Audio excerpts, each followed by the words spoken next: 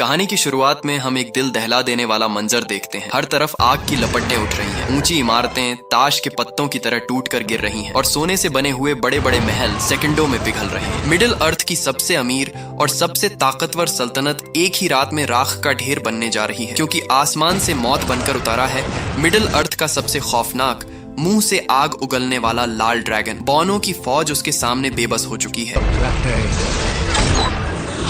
और लोग अपनी जान बचाने के लिए चीखते हुए इधर उधर भाग रहे हैं।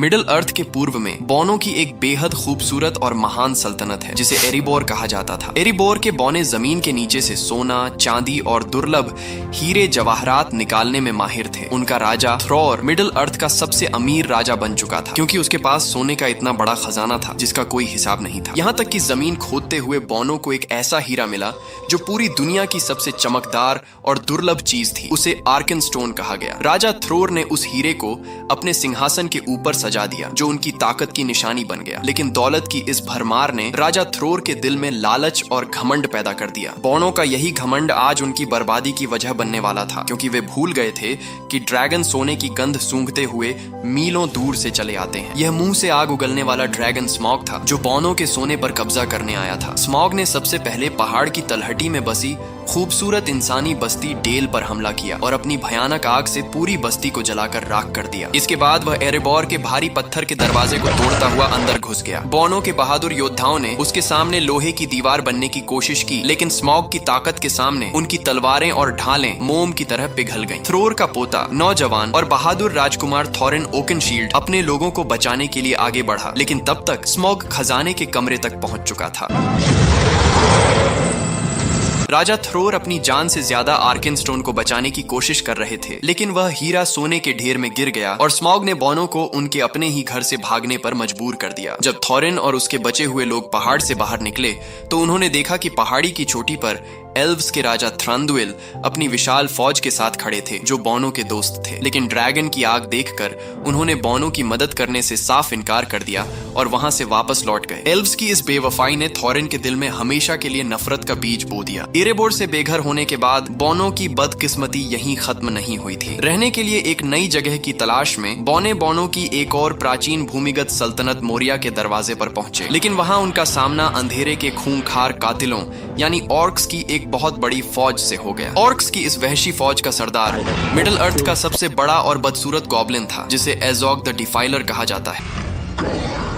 एज़ोग एक विशालकाय, पीली आंखों वाला सफेद ऑर्क था, जिसने कसम खाई थी कि वह थ्रोर की पूरी नस्ल का नामो निशान मिटा देगा। बोनो की फौज बहादुरी से लड़ रही थी, लेकिन ऑर्क्स की तादाद बहुत ज्यादा थी। जंग के इसी हंगामे के दौरान बोनो के बूढ़े राजा थ्रोर का सामना एज़ोग से हो गया। एज़ोग ने अपने भारी मेस के एक ही जोरदार वार से बूढ़े राजा को नीचे गिरा दिया। एज़ोग ने बेहद बेरहमी से उनका गला पकड़ा और अपनी भारी तलवार से एक ही झटके में राजा थ्रोर का सिर धड़ से अलग कर दिया। ये मंजर देखकर बोनो के दिल टूट गए। एज़ोग ने राजा का कटा हुआ सिर हवा में उछाल दिया। अपने दादा का यह खौफनाक अंजाम देखकर नौजवान राजकुमार थॉरिन ओकेनशील्ड की रगों में खून खौल उठा। उसके दिल से डर बिल्कुल खत्म हो चुका था और अब सिर्फ बदले की आग बाकी थी। थॉरिन एक सच्चे योद्धा की तरह चीखता हुआ सीधे एज़ोग की तरफ लपका। एज़ोग ने थॉरिन को एक मामूली बौना समझकर हंसते हुए उस पर अपनी भारी तलवार से वार किया, जिससे थोरिन के हाथ से उसकी असली ढाल और तलवार दूर जा गिरी। थोरिन अब बिल्कुल निहत्था हो चुका था और एज़ोग उसे मारने के लिए आगे बढ़ रहा था, लेकिन थोरिन ने हार नहीं मानी। उसने जल्दी से जमीन पर गिरी हुई एक मजबूत ओकेनशील्ड उठा ली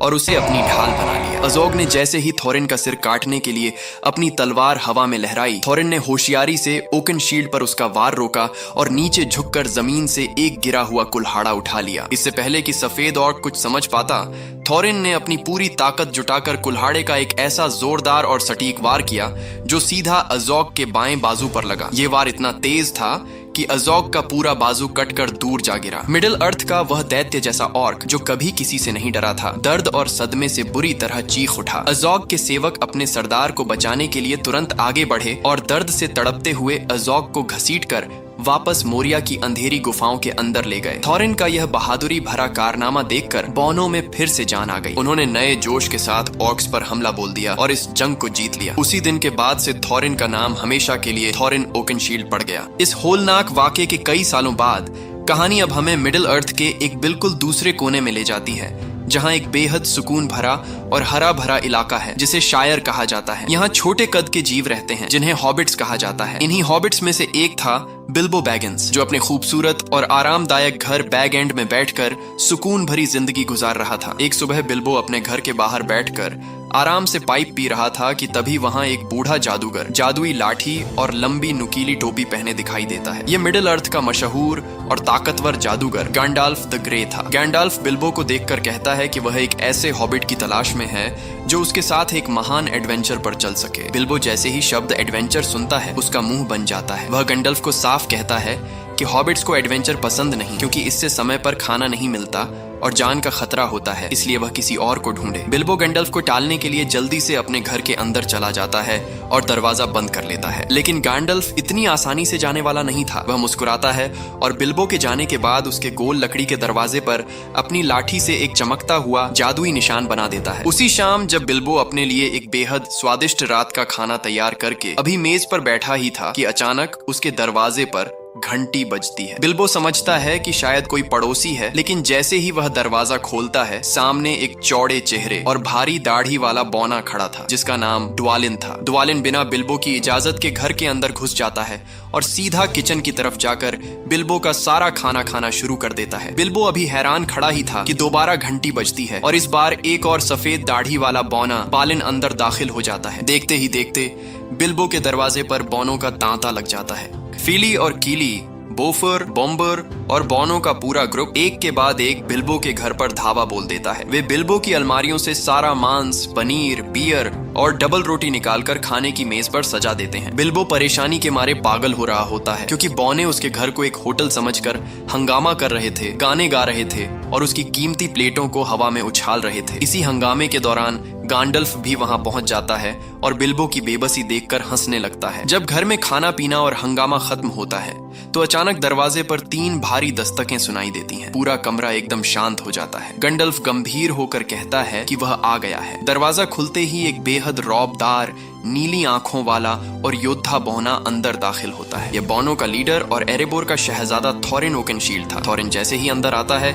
उसकी हैबत से बिल्बो सहम जाता है। थॉरिन बिल्बो को गौर से देखता है और तंजिया अंदाज में गैंडल्फ से कहता है कि क्या ये छोटा सा हॉबिट, जो किसी योद्धा के बजाय एक दुकानदार लगता है, हमारी इस मौत के सफर में हमारी मदद करेगा। थॉरिन को बिल्बो पर बिल्कुल भरोसा नहीं था, लेकिन गैंडल्फ उसे यकीन दिलाता है कि हॉबिट्स बाहर से जितने नाजुक नजर आते हैं, जरूरत पड़ने पर वे उतने ही बहादुर और होशियार साबित होते हैं। अब सारे बौने बिल्बो के रहने वाले कमरे में आग के पास बैठ जाते हैं और वहां एक बेहद गुप्त और गंभीर मीटिंग शुरू होती है। बालिन मेज पर एरबोर का एक बहुत पुराना नक्शा फैलाता है, जिस पर लोनली माउंटेन का रास्ता बना हुआ था। गैंडल्फ अपनी जेब से एक बेहद खूबसूरत चांदी की चाबी निकालता है और थॉरिन को देता है। यह चाबी थॉरिन के दादा ने मरने से पहले गैंडल्फ को दी थी, जो लोनली माउंटेन के एक ऐसे गुप्त दरवाजे को खोलती थी जिसे ड्रैगन स्मॉग कभी नहीं ढूंढ पाया था। बौनों की योजना बहुत आसान लेकिन बेहद खतरनाक थी। वे शायद से हजारों मील दूर पूरब में मौजूद लोनली माउंटेन पर जाकर उस ड्रैगन से अपना घर और सोना वापस छीनना चाहते थे। बालिन बिल्बो के सामने एक समझौता रखता है, जिसके तहत बिल्बो को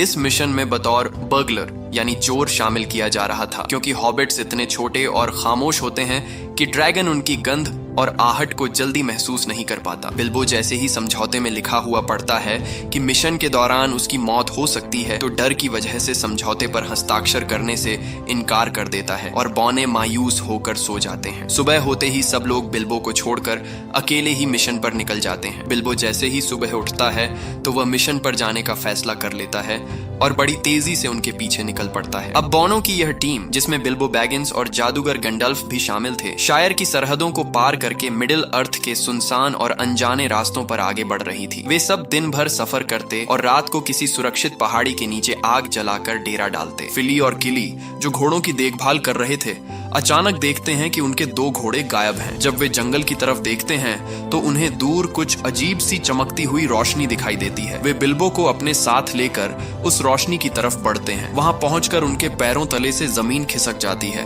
क्योंकि सामने 3 बेहद विशाल, बदसूरत और डरावने पत्थरीले ट्रोल्स बैठे हुए थे। वे आग पर मेढे का मांस पका रहे थे और आपस में बहस कर रहे थे कि रोज रोज एक ही मांस खाकर वे थक चुके हैं और उन्हें कुछ नया खाने को चाहिए। उन्होंने बोनो के घोड़ों को एक बाड़े में बंद कर रखा था। फिली और कीली बिल्बो से कहते हैं कि चूंकि वह इस मिशन का बर्गलर है, इसलिए यह उसका पहला टेस्ट है कि वह चुपके से जाकर घोड़ों को वहां से आजाद करवाए। बिल्बो डर से कांपते हुए ट्रोल्स के पास पहुंचता है। वह बहुत ही चुपचाप घोड़ों की रस्सी खोलने की कोशिश करता है। इसी दौरान बिल्बो देखता है कि एक ट्रोल की पिछली जेब में चाकू रखा हुआ है, जिससे घोड़ों की रस्सियां काटी जा सकती हैं। बिल्बो जैसे ही उस ट्रोल की जेब में हाथ डालकर चाकू निकालने की कोशिश करता है, वह ट्रोल अचानक छींक मारता है और बिल्बो को अपनी नाक की रसीली छींट के साथ बाहर निकाल देता है। ट्रोल्स हैरान रह जाते हैं कि यह छोटा सा जीव क्या है। वे उसे लटकाकर देखने लगते हैं और सोचते हैं कि क्या इसका सूप बनाया जा सकता है। बिल्बो अपनी जान बचाने के लिए शोर मचाता है, जिसे सुनकर झाड़ियों में छिपे बौने अब और चुप नहीं रह पाते। थॉरिन के इशारे पर सारे बौने तलवारें और कुल्हाड़ियां लेकर ट्रोल्स पर हमला कर देते हैं। एक जबरदस्त और अफरा तफरी वाली लड़ाई शुरू हो जाती है। बौने अपने छोटे कद का फायदा उठाते हुए ट्रोल्स की टांगों पर वार करते हैं और उन्हें नीचे गिराने की कोशिश करते हैं, लेकिन ट्रोल्स इतने बड़े और ताकतवर थे कि बौनों की तलवारों का उनकी सख्त चमड़ी पर ज्यादा असर नहीं हो रहा था। लड़ाई के दौरान 2 ट्रोल्स बिल्बो को पकड़ लेते हैं और बौनों को धमकी देते हैं कि अगर उन्होंने अपने हथियार नीचे नहीं डाले तो वे इस हॉबिट के 2 टुकड़े कर देंगे। अपने साथी की जान खतरे में देखकर थॉरिन मजबूरन अपनी तलवार जमीन पर फेंक देता है और बाकी बौने भी हथियार डाल देते हैं। अब ट्रोल्स ने सभी बौनों को पकड़कर बड़े बड़े बोरों में बंद कर दिया था और कुछ बौनों को आग के ऊपर घूमने वाली लकड़ी पर लटका दिया था ताकि उन्हें जिंदा भुना जा सके। थोड़ा सा तड़क कर और घूमना चाहिए। बौने गुस्से और बेबसी से चिल्ला रहे थे। इसी दौरान बिल्बो के दिमाग में एक तरकीब आती है। वह जानता था कि ट्रोल्स की सबसे बड़ी कमजोरी सूरज की रोशनी है, क्योंकि अगर उन पर धूप पड़ जाए तो वे पत्थर बन जाते हैं। बिल्बो खड़ा होकर ऊंची आवाज में कहता है, रुको, तुम इन बौनों को इस तरह नहीं खा सकते। ट्रोल्स हैरानी से उसे देखते हैं। बिल्बो बात को लंबा करने के लिए झूठ बोलना शुरू करता है कि बौनों के शरीर के अंदर जहरीले कीड़े और बीमारियां होती हैं। अगर तुम उन्हें ऐसे ही खाओगे तो तुम्हारा पेट खराब हो जाएगा और तुम मर जाओगे। बौने बिल्बो की यह बात सुनकर उस पर गुस्सा होने लगते हैं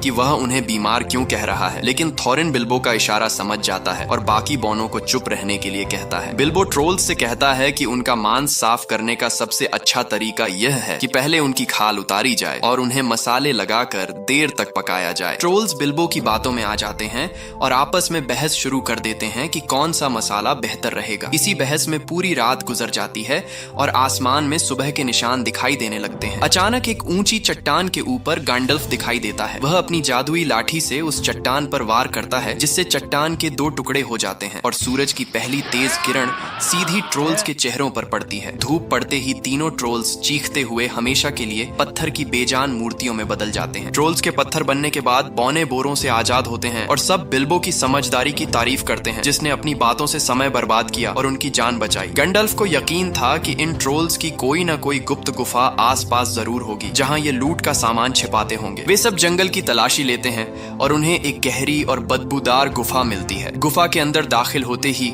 उन्हें सोने के सिक्के, कीमती बर्तन और हड्डियां बिखरी हुई मिलती हैं। लेकिन इस कूड़े के बीच गंडाल्फ की नजर कुछ बेहद खास चीजों पर पड़ती है। उसे कुछ बेहद दुर्लभ और खूबसूरत तलवारें मिलती हैं। ये तलवारें मिडिल अर्थ के पहले युग में एल्व्स के मशहूर शहर गोंडोलिन में बनाई गई थी। गंडाल्फ उनमें से एक तलवार थॉरिन को देता है, जिसका नाम ऑर्क्रिस्ट यानी ऑक्स को मारने वाली तलवार था। दूसरी तलवार गंडाल्फ खुद अपने लिए रखता है, जिसका नाम ग्लैमड्रिंग था, जो पहले एल्व्स के राजा की तलवार हुआ करती थी। वहीं मिट्टी में दबी हुई एक छोटी खंजर जैसी तलवार बिल्बो को मिलती है। गंडाल्फ बिल्बो को समझाता है कि यह कोई आम तलवार नहीं है। ये तलवार तब चमकने लगती है जब कोई ऑर्क या दुश्मन तुम्हारे पास हो। जब ये लोग गुफा से बाहर निकलकर दोबारा अपने सफर पर निकलने लगते हैं तो अचानक जंगल की झाड़ियों से एक अजीब सी सवारी दिखाई देती है। यह खरगोशों से खींची जाने वाली एक लकड़ी की गाड़ी थी, जिस पर मिडिल अर्थ का एक और जादूगर सवार था, जिसे रडगास्ट द ब्राउन कहा जाता था। रडगास्ट एक बेहद मासूम और जंगलों में रहने वाला जादूगर था, जो इंसानों से ज्यादा जानवरों, पक्षियों और पेड़ों से प्यार करता था। रडगास्ट बहुत घबराया हुआ था और गंडाल्फ को ढूंढ रहा था। वह गंडाल्फ को बताता है कि मिडिल अर्थ के महान जंगल ग्रीनवुड पर एक बेहद गहरा और काला साया छा रहा है, जिसकी वजह से जंगल के पेड़ सूख रहे हैं और जानवर पागल होकर एक दूसरे को मार रहे हैं। रादागास्ट बताता है कि वह इस बुराई की जड़ तलाशते हुए एक बेहद पुराने और वीरान किले डॉल गुलदुर के खंडहरों में गया था, जहां उसका सामना एक बेहद खौफनाक काली ताकत से हुआ जिसे लोग द नेक्रोमैंसर यानी रूहों को काबू करने वाला जादूगर कहते थे। रादागास्ट गंडाल्फ को सबूत के तौर पर एक पुरानी जादुई तलवार देता है जो उसे उसी किले से मिली थी। यह तलवार मिडिल अर्थ के सबसे बड़े विलेन सौरॉन के सबसे वफादार सेवक यानी जादूगर राजा विच किंग ऑफ अंगमार की थी। गंडाल्फ उस तलवार को देखकर गहरी सोच में पड़ जाता है, क्योंकि यह इस बात का संकेत था कि दुनिया पर एक बार फिर वही पुरानी बुराई लौट रही है जिसे बहुत साल पहले खत्म समझा गया था। राडागास्ट अभी गैंडाल्फ को उस खौफनाक काली ताकत के बारे में बता ही रहा था कि अचानक जंगल के सन्नाटे को चीरती हुई एक खौफनाक दहाड़ सुनाई देती है। ये आम भेड़िए नहीं थे, बल्कि वॉर्ग थे, बड़े खूनखार और जंगली भेड़िए जिन पर खौफनाक ऑर्क सवार होकर सफर करते थे। ओनर्क्स के इस स्काउट दस्ते ने बॉनो की गंध सूंघ ली थी और वे तेजी से उनकी तरफ बढ़ रहे थे। थोरिन और उसके साथी फौरन हमले की तैयारी कर लेते हैं, लेकिन गैंडाल्फ जानता था कि खुले मैदान में इन जंगली दरिंदों का मुकाबला करना खुदकुशी करने जैसा होगा। बॉनो के पास कोई सवारी नहीं थी, जबकि वॉर्ग सेकंडों में फासला तय कर सकते थे। ऐसे में राडागास्ट आगे बढ़ता है और कहता है कि वह अपने जंगली खरगोशों की गाड़ी के जरिए इन ऑर्क्स का ध्यान भटकाऊंगा ताकि बॉनो को भागने का समय मिल सके। राडागास्ट अपनी गाड़ी को तेजी से खुले मैदान की तरफ दौड़ाता है। ऑर्क्स का सरदार जब राडागास्ट को देखता है तो वह समझता है कि यह कोई आसान शिकार है और वह अपने पूरे दस्ते के साथ उसके पीछे लग जाता है। राडागास्ट कमाल की होशियारी से पत्थरों और झाड़ियों के बीच से अपनी गाड़ी निकालते हुए ऑर्क्स को गोल गोल घुमाता रहता है, जिससे बॉनो को आगे बढ़ने का मौका मिल जाता है। थोरिन की अगुवाई में बॉने और बिल्बो बैगिंस पथरीली चट्टानों के पीछे छिपते छिपाते तेजी से आगे बढ़ रहे थे, लेकिन पीछा करने वाले ऑर्क्स इतने बेवकूफ नहीं थे। उनके खूनखार भेड़ियों ने हवा में बॉनो की खुशबू सूंघ ली और वे राडागास्ट को छोड़कर दोबारा बॉनो के रास्ते पर आ गए। अब स्थिति बेहद नाजुक हो चुकी थी। बॉने एक खुले बंजर मैदान में फंस चुके थे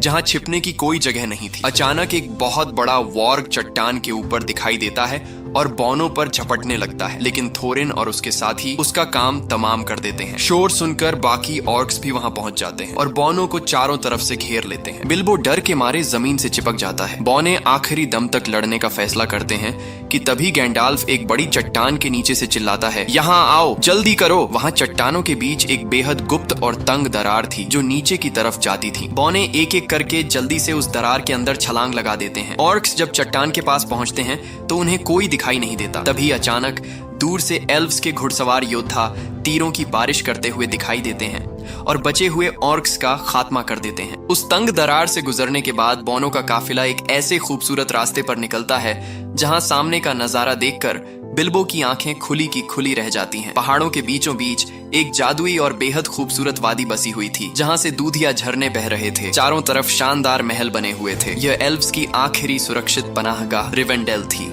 बिल्बो जिंदगी में पहली बार एल्व्स की दुनिया देख रहा था और वह उनकी खूबसूरती और सुकून से बेहद प्रभावित हुआ, लेकिन थोरिन के चेहरे पर अब भी गुस्सा और नफरत थी, क्योंकि वह भूल नहीं पाया था कि कैसे इन एल्व्स ने मुसीबत के वक्त बॉनो का साथ छोड़ दिया था। रिवेंडेल का लॉर्ड एलरोंड अपनी फौज के साथ वहां पहुंचता है। एलरोंड एक बेहद बुद्धिमान, दयालु और ताकतवर एल्फ था। वह थोरिन का स्वागत करता है और पुरानी दुश्मनी को भूलकर उन्हें अपने महल में पनाह और खाना पेश करता है। बॉने भूख के मारे निढाल थे, इसलिए वे एल्व्स के संगीत और उनके पत्तों वाले खाने का मजाक उड़ाते हुए खूब पेट भरकर खाना खाते हैं और अपनी पारंपरिक मस्ती शुरू कर देते हैं। महल में ठहरने के दौरान गैंडल्फ लॉर्ड एलरोंड को वह पुराना नक्शा दिखाता है जो उन्हें मिला था और साथ ही वे तलवारें भी दिखाता है जो उन्होंने ट्रोल्स की गुफा से हासिल की थी। एलरोंड उन तलवारों को देखकर हैरान रह जाता है और बताता है कि ये इतिहास की महानतम तलवारें हैं जिनका इस्तेमाल ऑर्क्स के खिलाफ हुई लड़ाइयों में किया गया था। फिर वह थ्रोर का नक्शा अपने हाथ में लेता है। एलरोंड नक्शे को ध्यान से देखने के बाद कहता है कि इस नक्शे पर ऊपर से जो रास्ता लिखा है वह तो सबको दिखाई दे रहा है, लेकिन इसके अलावा इस पर एक बेहद गुप्त लिखावट भी है जिसे आम आंखों से नहीं देखा जा सकता। वह सबको रात के समय एक खुली चट्टान पर ले जाता है जहां चांद की साफ चमकदार रोशनी पड़ रही थी। एलरोंड जैसे ही नक्शे को चांदनी के सामने रखता है, अचानक उसके ऊपर चांदी जैसी चमकती हुई लिखावट दिखाई देने लगती है। ये मून रून्स थे। एलरोंड उस लिखावट का अनुवाद करते हुए बताता है कि जब धूसर चट्टान के पास खड़े होकर तुम देखोगे और शरद ऋतु का आखिरी सूरज डूब रहा होगा, तब डोरिन की नस्ल का आखिरी दिन चमकेगा और चाबी का छेद दिखाई देगा। यह सुनकर थोरिन की उम्मीदें फिर फिर से जाग उठती हैं, क्योंकि अब उन्हें पता चल चुका था कि गुप्त दरवाजा कब और कैसे खुलेगा। लेकिन उनके पास समय बहुत कम था, क्योंकि शरद ऋतु का वह आखिरी दिन बहुत जल्द आने वाला था। जब बॉने अपनी अगली यात्रा की तैयारी कर रहे थे, दूसरी तरफ रिवेंडेल के सबसे ऊंचे मीनार पर मिडिल अर्थ की तकदीर का फैसला करने के लिए एक बेहद महत्वपूर्ण और गुप्त बैठक शुरू होती है, जिसे द व्हाइट काउंसिल कहा जाता था। इस काउंसिल में जादूगर गैंडल्फ के अलावा लॉर्ड एलरॉन्ड, जंगलों की रानी लेडी गैलाड्रियल और जादूगरों के सबसे बड़े नेता सरूमन द व्हाइट शामिल थे। सरूमान एक बेहद घमंडी और जिद्दी जादूगर था, जो गैंडल्फ की बातों को हमेशा मामूली समझता था। गैंडल्फ उनके सामने रादागास्ट द्वारा लाई गई वह काली तलवार रखता है, जो डोल गुलदूर के खंडहरों से मिली थी। गैंडल्फ दलील देता है कि मिडिल अर्थ पर अंधेरा फिर से फैल रहा है और सौरॉन वापस आ रहा है, लेकिन सारूमान इस बात को मानने से इनकार कर देता है और कहता है कि बुराई हमेशा के लिए खत्म हो चुकी है और यह तलवार किसी आम चोर की भी हो सकती है। एलरॉन्ड भी गैंडल्फ की बात से परेशान था, लेकिन वह कहता है कि बॉनो का यह मिशन ड्रैगन को जगा सकता है, जिससे मिडिल अर्थ की तबाही का खतरा बढ़ जाएगा। इसी दौरान लेडी गैलाड्रियल गैंडल्फ से टेलीपैथिकली बात करती हैं, तुम्हें पता था,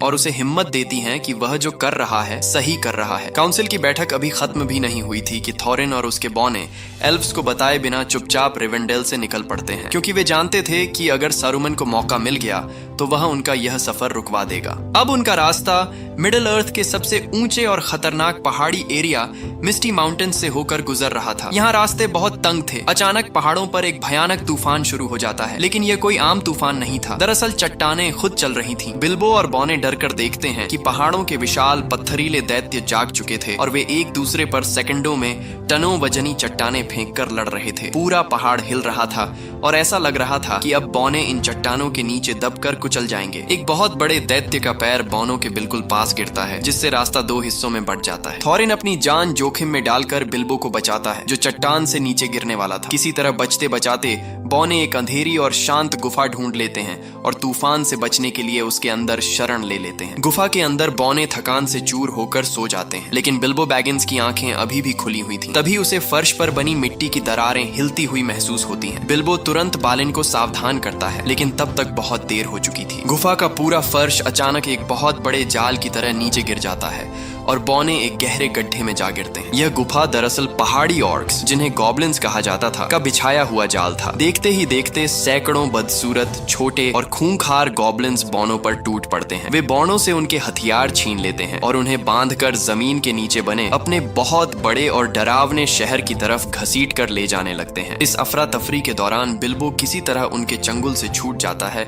और एक गहरी खाई में गिरकर बेहोश हो जाता है, जिसकी वजह से गॉब्लिन्स उसे देख नहीं पाते। जब बिल्बो को होश आता है तो वह खुद को एक बेहद गहरी, गंदी और अंधेरी गुफा की जमीन पर पाता है, जो ऑर्क्स की मौजूदगी की वजह से हल्की नीली चमक रही थी। कुछ ही दूरी पर उसे एक अजीब और डरावना मंजर दिखाई देता है। एक गॉब्लिन जो खाई में गिर गया था, तड़प रहा था और एक पीली आंखों वाली बदसूरत और नंगी मखलूक उस गॉब्लिन पर झपटकर उसे मार रही थी। यह गोलम था। गोलम की जेब से एक बेहद खूबसूरत सोने की अंगूठी निकलकर जमीन पर गिर जाती है, लेकिन गोलम का ध्यान उस तरफ नहीं जाता। बिल्बो रेंगते हुए आगे बढ़ता है और उस अंगूठी को उठाकर अपनी जेब में रख लेता है। ये कोई आम अंगूठी नहीं थी। ये सौरन की बनाई हुई वही अंगूठी थी जो इंसान को गायब करने की ताकत रखती थी। गोलम जब गॉब्लिन को मारकर पीछे मुड़ता है तो उसकी नजर बिल्बो पर पड़ती है। वह भूख से बिल्बो को देखकर अपने होंठों पर जुबान फेरता है और कहता है, हमें एक लजीज शिकार मिल गया। गोलम अपनी अंगूठी के लिए जेब में हाथ डालता है तो उसे पता चलता है कि उसकी सबसे कीमती अंगूठी गायब हो चुकी है। गोलम के पैरों तले जमीन खिसक जाती है। वह जोर जोर से रोने और चीखने लगता है। गोलम को गुस्से में देखकर बिल्बो वहां से भाग निकलता है। भागते भागते बिल्बो का पैर एक पत्थर से टकराता है और वह नीचे गिर जाता है। गिरते वक्त उसकी जेब से अंगूठी हवा में उछलती है और सीधी बिल्बो की उंगली में फिट हो जाती है। बिल्बो जैसे ही गिरता है वह देखता है कि गोलम उसके बिल्कुल पास से गुजर गया, लेकिन उसे देख नहीं पाया। अब बिल्बो गोलम के पीछे पीछे चलते हुए गुफा के मुहाने तक पहुंच जाता है, जहां से बाहर निकलने का रास्ता था। बिल्बो एक लंबी छलांग लगाकर गोलम के ऊपर से गुजरते हुए गुफा से बाहर निकल जाता है। दूसरी तरफ गॉब्लिन्स के जमीन के नीचे बसे शहर में बॉनों को जंजीरों में जकड़कर उनके राजा गॉब्लिन किंग के सामने पेश किया जा चुका था। गॉब्लिन किंग एक बेहद बदसूरत, चर्बी से भरा हुआ और विशालकाय गॉब्लिन था, जो अपने लकड़ी के तख्त पर बैठकर बॉनों का मजाक उड़ा रहा था। जब उसे पता चलता है कि इन बॉनों में थॉरिन भी है तो वह खुशी से उछल पड़ता है। मैं किसी को जानता हूँ जो तुम्हारे लिए अच्छी कीमत देगा। क्योंकि ऑर्क्स का सरदार अजोग थोरिन के सिर के बदले भारी इनाम देने को तैयार था। वह अपने एक आदमी के थ्रू अजोग को थोरिन की खबर भिजवाता है। वह जैसे ही बाकी सभी बॉनों को मारने का आदेश देता है, अचानक पूरे दरबार में एक तेज जादुई रोशनी चमकती है और जोरदार धमाका होता है। ये गैंडल्फ था। धमाके के असर से आधे गॉब्लिन दूर जा गिरते हैं। गैंडाल्फ अपनी जादुई तलवार से बॉनों की जंजीरें काट देता है और चिल्लाता है, हथियार उठाओ और भागो। बॉने तुरंत अपनी तलवारें और कुल्हाड़ियां संभालते हैं और गॉब्लिन्स के खिलाफ एक ऐतिहासिक लड़ाई शुरू हो जाती है। वे लकड़ी के पुलों और तंग रास्तों पर लड़ते हुए नीचे की तरफ भाग रहे थे, जहां हजारों गॉब्लिन्स उनका रास्ता रोकने की कोशिश कर रहे थे। आखिरकार गॉब्लिन किंग खुद उनका रास्ता रोककर खड़ा हो जाता है, लेकिन गैंडाल्फ अपनी जादुई तलवार के एक ही वार से उसका पेट चीर देता है और उसके गिरते ही बॉने एक बड़े लकड़ी के तख्ते पर बैठकर खाई की तरफ स्लाइड कर जाते हैं। अलग अलग सुरंगों से बचते बचाते बॉने और गैंडाल्फ आखिरकार मिस्टी माउंटेन्स के दूसरी तरफ खुले आसमान के नीचे पहुंचने में कामयाब हो जाते हैं। सब हाँफ रहे थे, लेकिन तभी गैंडाल्फ नोटिस करता है कि उनके साथ हॉबिट यानी बिल्बो बैगिंस मौजूद नहीं है। गैंडाल्फ अभी यह कह ही रहा था कि पेड़ों के पीछे से आवाज आती है, मैं यहाँ हूँ। नहीं, वो नहीं गया। बिल्बो अपनी रिंग उतार देता है, जिससे अब वह सबको दिखाई देने लगता है। लेकिन उनकी यह खुशी ज्यादा देर तक कायम नहीं रह सकी। अचानक पहाड़ी की चोटी पर एक खौफनाक भेड़िए के रोने की आवाज गूंजती है। बॉने जब ऊपर देखते हैं तो उनके होश उड़ जाते हैं। सामने एक सफेद वॉर्ग पर सवार एक विशालकाय, एक हाथ से अपाहिज लेकिन बेहद खतरनाक ऑर्क खड़ा था। यह अजोग था। थोरिन यह देखकर सदमे में चला जाता है, क्योंकि वह समझता था कि सालों पहले युद्ध में उसने अजोग का हाथ काटकर उसे मार दिया था। लेकिन अजोग न सिर्फ जिंदा था, बल्कि अब उसने अपने कटे हुए हाथ की जगह लोहे का एक नुकीला खंजर लगवा रखा था। अजोग अपने ऑर्क्स को इशारा करता है कि इन बॉनों को जिंदा या मुर्दा पकड़ लो और इनका गोश्त अपने भेड़ियों को खिला दो। बॉनों के पास भागने का कोई रास्ता नहीं था, क्योंकि वे एक गहरी खाई के किनारे खड़े थे। गैंडाल्फ के कहने पर सभी बॉने और बिल्बो अपनी जान बचाने के लिए वहां मौजूद ऊंचे पेड़ों पर चढ़ जाते हैं। एजोग के जंगली भेड़िए पेड़ों को चारों तरफ से घेर लेते हैं और अपने तेज दांतों से पेड़ों के तनों को काटना शुरू कर देते हैं। देखते ही देखते एक पेड़ दूसरे पर गिरने लगता है और आखिरकार सारे बॉने आखिरी बचे हुए पेड़ पर इकट्ठा हो जाते हैं, जो खाई के बिल्कुल किनारे पर झुका हुआ था। अब मौत उनके बिल्कुल सामने थी। ऐसे में गैंडाल्फ एक जादुई तरकीब आजमाता है। वह पेड़ पर लगे बड़े पाइन कोन्स उठाता है और अपनी जादुई छड़ी की आग से उन्हें जलाकर नीचे ऑक्स और भेड़ियों पर फेंकना शुरू कर देता है। बॉने भी जलते हुए पाइन कोन्स नीचे फेंकते हैं, जिससे पूरे जंगल में भयानक आग लग जाती है। जंगली भेड़िए आग से डरकर पीछे हटने लगते हैं, लेकिन पेड़ का तना धीरे धीरे टूट रहा था और वह किसी भी वक्त खाई में गिर सकता था। अपने लोगों को इस बेबसी की हालत में देखकर थोरिन का गुस्सा काबू से बाहर हो जाता है। वह अपनी ढाल के तौर पर लकड़ी का एक टुकड़ा उठाता है और हाथ में तलवार लेकर अकेला अजोग की तरफ बढ़ता है। अजोग अपने जंगली भेड़िए पर सवार होकर आगे बढ़ता है और दोनों के बीच एक खूनी लड़ाई शुरू हो जाती है। लेकिन थोरिन थकान से चूर था और अजोग की ताकत के सामने वह ज्यादा देर टिक नहीं पाता। अजोग का भेड़िया थोरिन को नीचे गिरा देता है और अजोग अपने भारी हथियार से थोरिन पर ऐसा वार करता है कि थोरिन बेहोश होकर जमीन पर गिर पड़ता है। अजोग अपने एक ऑर्क को हुक्म देता है कि जाओ और इसका सिर काट दो। ऑर्क जैसे ही थोरिन का सिर काटने के लिए आगे बढ़ता है, अचानक झाड़ियों से एक छोटा सा साया निकलकर उस ऑर्क पर झपट पड़ता है। यह बिल्बो बैगिंस था। बिल्बो, जो अब तक लड़ना भी नहीं जानता था, अपने दोस्त की जान बचाने के लिए अपनी छोटी तलवार से उस ऑर्क के सीने पर वार करके उसे ढेर कर देता है। यह देखकर बॉने हैरान रह जाते हैं। बिल्बो अकेला थोरिन के बेहोश शरीर के सामने खड़ा हो जाता है और अपनी तलवार लहराते हुए अजोग के भेड़ियों को पीछे धकेलने की कोशिश करता है। इस लड़ाई में बॉने ऑर्क्स के सामने पिस रहे थे कि तभी आसमान से तेज हवा का एक झोंका चलता है। गैंडाल्फ ने एक छोटी जादुई तितली के जरिए मिडिल अर्थ के विशाल और शक्तिशाली ईगल्स को मदद के लिए बुला लिया था। आसमान से दर्जनों विशाल ईगल्स मौत बनकर उतरते हैं। वे अपने तेज पंजों से ऑर्क्स और उनके भेड़ियों को उठाकर गहरी खाइयों में फेंकने लगते हैं। एक ईगल बेहद सावधानी से बेहोश थोरिन को अपने पंजों में उठा लेता है, जबकि दूसरे ईगल्स बाकी बॉनों, गैंडाल्फ और बिल्बो को अपनी पीठ पर बिठाकर आग के उस जहन्नुम से दूर आसमान में उड़ जाते हैं। अजोग नीचे खड़ा गुस्से से चिल्लाता रह जाता है, क्योंकि उसका शिकार एक बार फिर उसके हाथ से निकल चुका था। ईगल सबको लेकर मिस्टी माउंटेन से बहुत दूर एक ऊंची और सुरक्षित चट्टान पर उतार देते हैं। यहाँ से मिडिल अर्थ का एक खूबसूरत और शांत नजारा दिखाई देता है। जब वे चट्टान के किनारे खड़े होकर पूर्व की तरफ देखते हैं तो बहुत दूर बादलों के बीच उन्हें अपना प्यारा घर एरिबोर यानी लोनली माउंटेन साफ दिखाई देता है, जहां उनका सोना और उनका राज्य उनका इंतजार कर रहा था। लेकिन फिल्म के आखिरी शॉट में लोनली माउंटेन के अंदर सोने के विशाल ढेर के नीचे से एक बहुत बड़ी पीली और डरावनी आंख खुलती है। स्मॉग ड्रैगन बोनो की गंध सूंघकर जाग चुका था। और इसी के साथ हमारी इस शानदार कहानी का अंत होता है। इस मूवी के नेक्स्ट पार्ट के लिए कमेंट करें। प्लीज हमारे चैनल को सब्सक्राइब और वीडियो को लाइक जरूर करें।